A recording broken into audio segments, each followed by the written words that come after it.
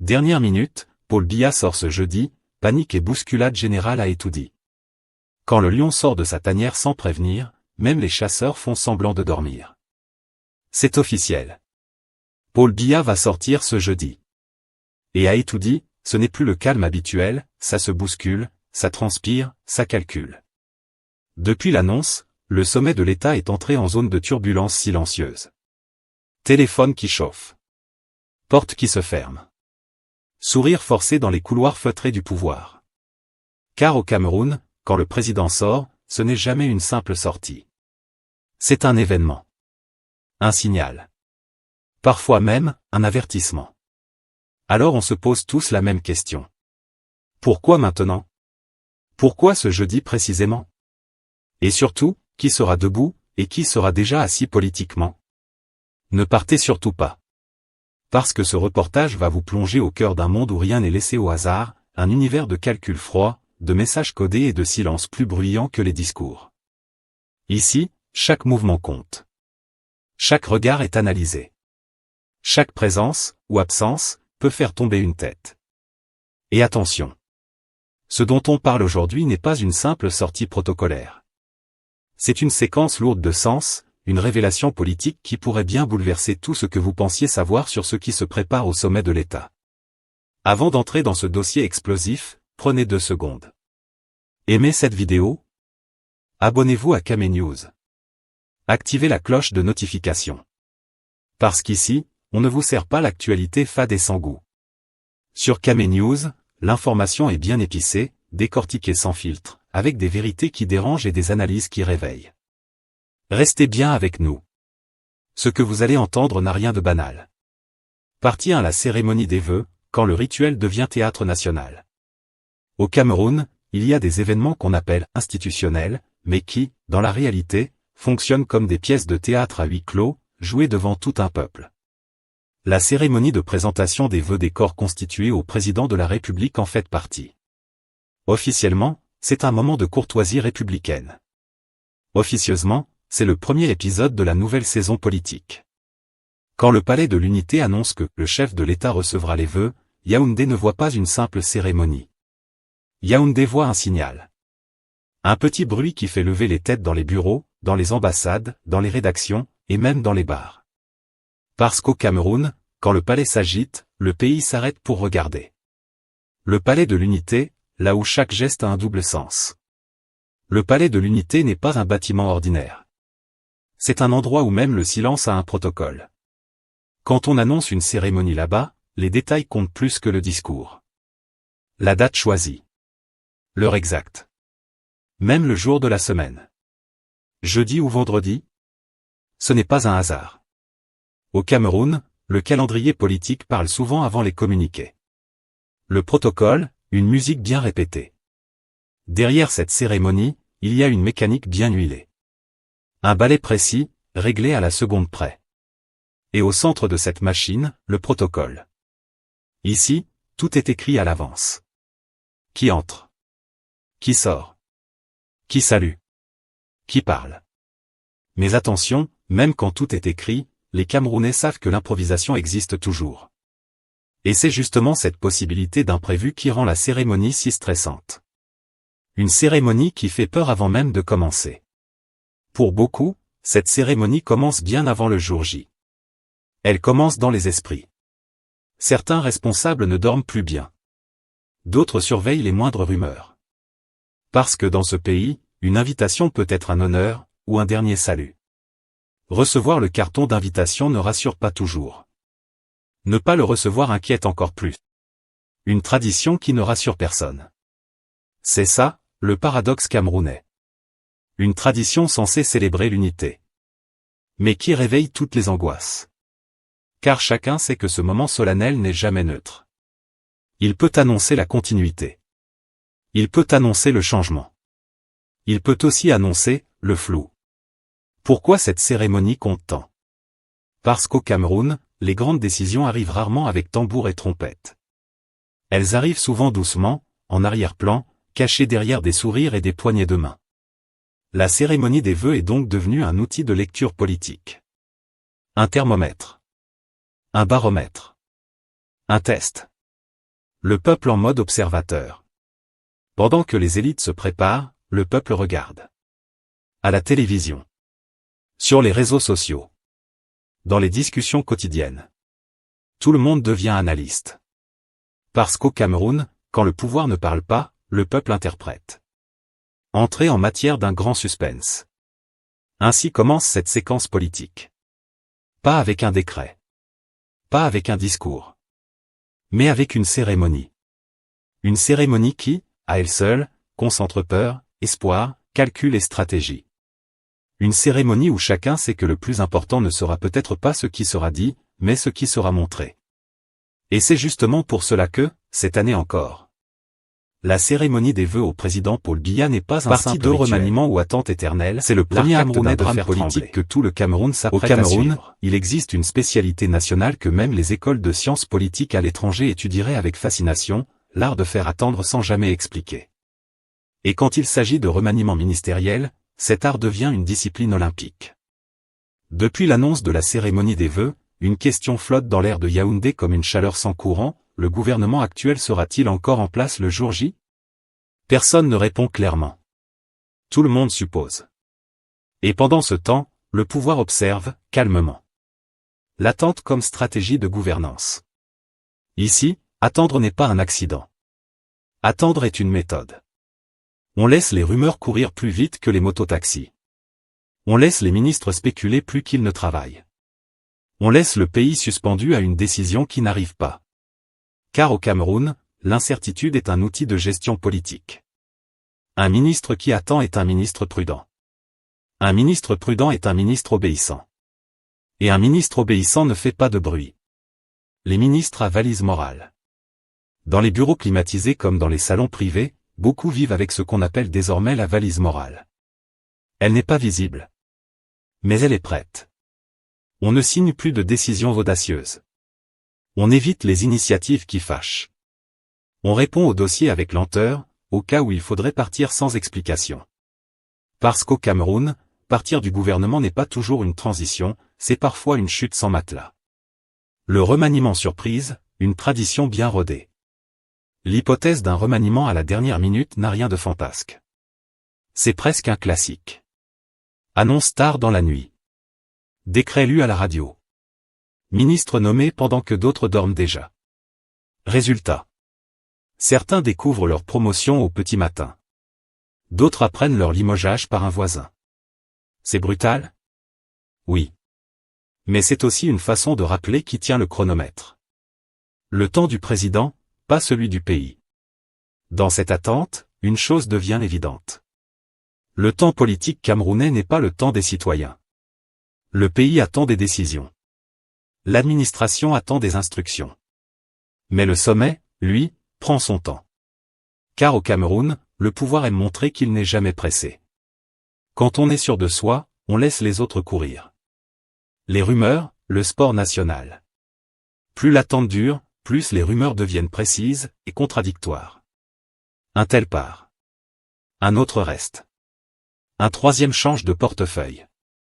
À la fin, tout le monde est à la fois sortant et entrant. Et c'est ça, le génie du système, personne ne se sent en sécurité. L'immobilisme organisé. Pendant ce suspense, l'action publique ralentit. Les dossiers s'empilent.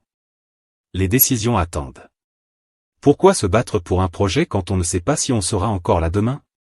Ainsi naît l'immobilisme stratégique, version camerounaise. Au final, tenir tout le monde en haleine. Ce que révèle cette attente autour du remaniement, ce n'est pas seulement une hésitation. C'est une philosophie du pouvoir. Faire durer l'attente. Entretenir l'incertitude. Garder tout le monde en alerte permanente. Partie 3 présence et absence, celui qui fait défiler des messages cachés.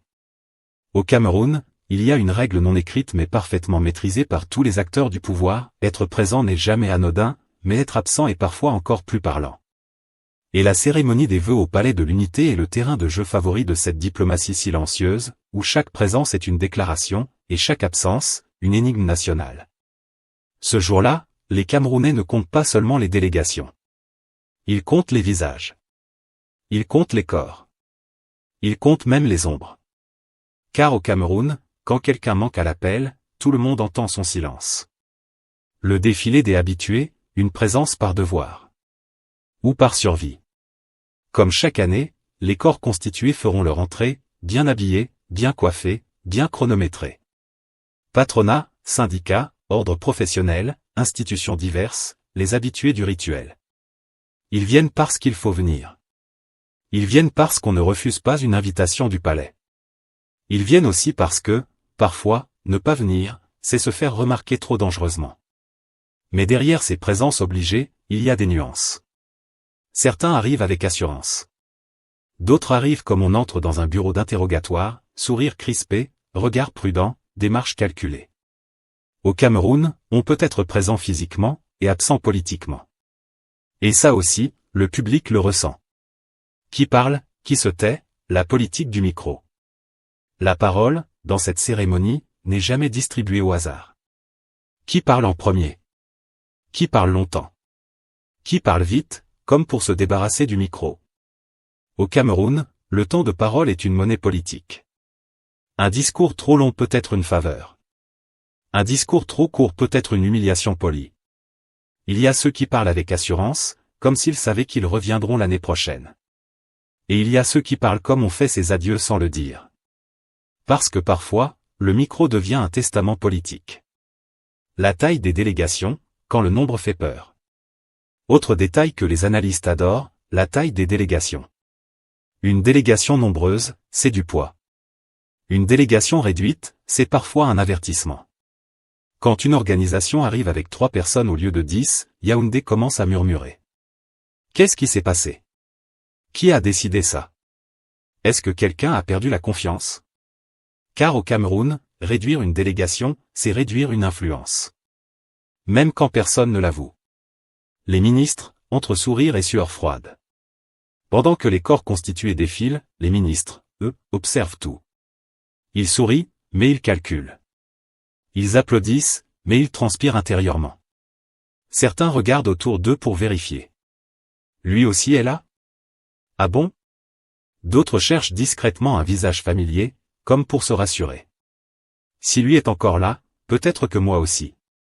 Au Cameroun, la présence d'un collègue peut rassurer ou inquiéter. Tout dépend de la rumeur du moment. Les absences qui dérangent, le vide qui fait du bruit. Mais parfois, une absence devient tellement lourde qu'elle écrase toute la cérémonie. Une chaise vide. Un nom non cité. Une organisation attendue, mais invisible. Et là, le palais devient un marché de spéculation. Les journalistes chuchotent. Les diplomates notent. Les ministres imaginent le pire. Parce qu'au Cameroun, l'absence n'est jamais expliquée tout de suite. On laisse d'abord les gens comprendre seuls. Et souvent, ils comprennent très bien. Présent mais déplacé, le compromis camerounais. Il y a aussi cette situation typiquement camerounaise. Être présent, mais déplacé. Présent, mais plus devant. Présent, mais plus central. Présent, mais presque décoratif. C'est la version douce de la mise à l'écart. On ne te chasse pas. On te ralentit. Et dans la politique camerounaise, être ralenti trop longtemps, c'est souvent préparer la sortie. Le public qui regarde tout. Pendant ce temps, le peuple observe. Sur les télévisions. Sur les réseaux sociaux. Dans les bars, les taxis, les bureaux. Chacun devient analyste. Chacun devient expert en placement protocolaire. Parce que quand la politique parle peu, le peuple apprend à lire les images. Au final, venir, ne pas venir, mal venir. Au terme de cette cérémonie, une chose est claire. Au Cameroun, venir est un message. Ne pas venir est un autre message. Et venir sans éclat est parfois le message le plus inquiétant. La cérémonie des vœux n'est donc pas un simple défilé. C'est un tableau vivant du pouvoir, où chaque présence et chaque absence racontent une histoire. Et comme toujours, ce qui n'est pas dit officiellement sera longuement commenté officieusement. Partie 4. Quand le protocole parle plus fort que les mots. Au Cameroun, il y a une vérité que même les communiqués n'osent pas contredire, le pouvoir parle rarement avec des phrases complètes, mais toujours avec des signes. Et s'il existe un lieu où ces signes deviennent un langage à part entière, c'est bien la cérémonie des vœux au Palais de l'Unité. Ici, chaque détail est une phrase. Chaque placement est une virgule. Chaque absence est un point final bien appuyé. Ce jour-là, le Cameroun ne regarde pas seulement des gens présenter des vœux. Non. Le Cameroun lit un message codé, comme on déchiffre un vieux télégramme militaire, lentement, prudemment, mais avec beaucoup d'imagination. Regardez bien. Un ministre qui arrive en retard? Ce n'est pas un embouteillage, c'est un signal. Un autre qui sourit trop fort sur la photo officielle? Ce n'est pas la joie, c'est parfois la panique. Un troisième qu'on ne voit même pas à l'écran? Là, ce n'est plus un message, c'est une alerte. La politique de la chaise, s'asseoir, c'est déjà gouverner. Au Cameroun, la chaise est un instrument politique. Être assis près du chef de l'État, c'est exister. Être relégué au 3e rang, c'est commencer à réfléchir à la retraite spirituelle. Il y a des ministres qui, ce jour-là, mesurent la distance entre leur chaise et celle du président comme on mesure la distance entre la vie et l'eau de la politique. 1 mètre de plus cette année? Mauvais signe. 2 rangs en arrière? Prépare le cœur. Parce qu'au palais de l'unité, on ne déplace jamais quelqu'un par hasard. Quand on te recule, ce n'est pas pour mieux voir la salle, c'est pour te rappeler que le pouvoir est un prêt, jamais un don. Les absents, ceux qui parlent sans être là. Mais le plus bruyant, ce ne sont pas ceux qui sont présents. Ce sont les absents. L'absence, au Cameroun, est une déclaration politique silencieuse. Quand une personnalité attendue n'est pas là, tout Yaoundé commence à transpirer intellectuellement. Il est malade? Il est en mission? Ou bien, il est fini? Et là, les rumeurs s'emballent plus vite que les motos au carrefour Mvan. Parce que dans ce système, on ne t'annonce pas toujours ton départ, on te laisse simplement disparaître du décor. Le cas de l'ordre des médecins, le silence qui soigne mal. Et puis, il y a cette absence devenue presque une tradition, l'ordre des médecins du Cameroun. Un paradoxe bien camerounais. Un pays où tout le monde se plaint de la santé, mais où ceux qui soignent sont mis à l'écart du grand rituel républicain. Si l'ordre revient cette année, ce ne sera pas un détail. Ce sera un message. Un message qui dira, on a entendu vos douleurs. Mais s'il reste absent, alors là, le message sera encore plus clair, le silence continue. Et au Cameroun, quand le silence dure trop longtemps, il devient une politique à part entière. La photo officielle, l'image qui tue ou qui ressuscite. À la fin, il restera une chose, la photo officielle. Une image. Mais une image qui peut faire et défaire des carrières. Certains vont la regarder avec fierté. D'autres vont la télécharger, zoomer, agrandir, chercher leur visage comme on cherche un héritage disparu. J'étais là pourtant, pourquoi on ne me voit pas? Parce qu'au Cameroun, ne pas être visible, c'est déjà commencer à ne plus exister. Le temps du pouvoir, faire durer l'attente. Cette cérémonie est aussi un outil de gestion psychologique. On fait attendre. On laisse planer le doute. On nourrit l'incertitude. Car un pouvoir qui fait attendre est un pouvoir qui contrôle. Pendant que les Camerounais attendent des décisions. Pendant que les ministres attendent leur sort. Le système, lui, avance à son rythme, lentement, sûrement. Quand le non-dit devient information. Au final, cette cérémonie dira peut-être moins par ce qui sera dit. Que par ce qui ne sera pas dit. Pas d'annonce? Message. Pas de changement visible? Message aussi. Pas d'explication? Encore un message. C'est ça, la politique camerounaise. Un théâtre où les acteurs parlent peu. Mais où chaque geste est lourd de sens. Et c'est pour cela que, cette semaine, le Cameroun ne regardera pas seulement une cérémonie. Il regardera un bulletin météo du pouvoir. Parce qu'ici, quand le vent change au palais de l'unité, même les feuilles mortes à Mokolo commencent à bouger. Si tu veux, je peux aussi. Renforcer encore le sarcasme. Ajouter des expressions camerounaises populaires. Ou l'adapter à un public diaspora très politisé. Dis-moi. Conclusion, la photo qui va faire parler. Dans quelques jours, le Cameroun observera attentivement les marches du palais de l'unité. Qui montera les marches? Qui restera à la maison? Qui sourira, et qui fera semblant? La cérémonie des vœux 2026 s'annonce comme une photographie politique majeure, dont chaque détail sera disséqué pendant des semaines. Car au Cameroun, le pouvoir ne se dit pas toujours, il se montre. Alors dites-nous en commentaire. Quel message politique attendez-vous de cette cérémonie? Qui pensez-vous voir, ou ne pas voir? N'oubliez pas d'aimer la vidéo, de la partager, et surtout de vous abonner à Kamé News, pour ne rien rater de ce qui se trame derrière les rideaux du pouvoir camerounais.